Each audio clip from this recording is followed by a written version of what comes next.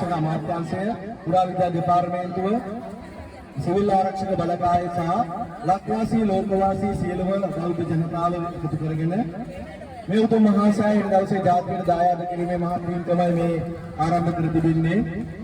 අදවැනි වෙසක් පොහොය දිනයක මාගේ තුල්ලෝකාග්‍ර වූ සම්මා සම්බුදු බුදු පියාණන් වහන්සේ මේ පිළිමයට වඩිමින් මහා සේන දෙවිඳුන්හට උත්තම නගධාතුන් වහන්සේ ලබා දෙමින් එදා දෙවියන් විසින් සත්වයන් සෑයක් හදලා වන්දනාමාන කරනවා.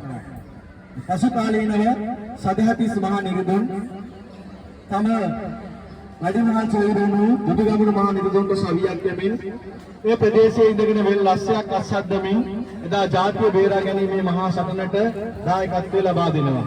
ඉතින් රුවන්වැලි මහා සෑයේ අවසන් කොටස නිම කර දෙමින් සදහතිස් මහා නිරිඳු අනුරාධපුර සිට දීඝවාපිය දක්වා ගව්වෙන් ගව විහෙර විහාර ඉදි කරමින් මේ උත්තම දීඝවාපී සෑයේ ජාතියට දායාද කරා කියලා වංශ කතාවල සඳහන් වෙනවා.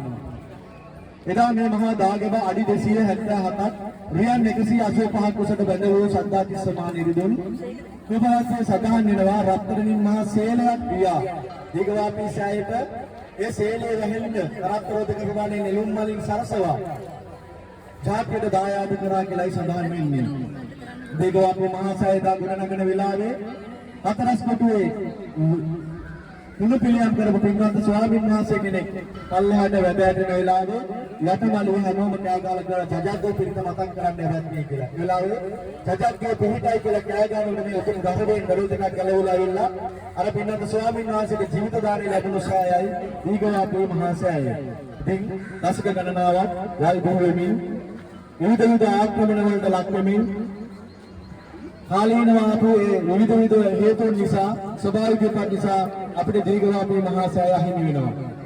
එදා නම් ලෝකපුර ශ්‍රී රේවත නායක හඳුරු 1916 මේ පින්බිම හොයාගෙන යනකොට එවකට හිටපු අය ගඩොල් පතවගෙන කරත්තවල ගෙනියන දීඝවාපී සෑය. උන්වහන්සේ මහා හඬක් නගමින් මහා කැපකිරීමක් කරමින් ජීවිතයද පූජා කරමින් මේ දීඝවාපී සෑය ආරක්ෂා කරගත්තා. ඒ වගේම අපේ නන්නපුරා බුද්ධ රක්කිත නායක ස්වාමීන් වහන්සේ මහා කැපකිරීමක් කරනවා.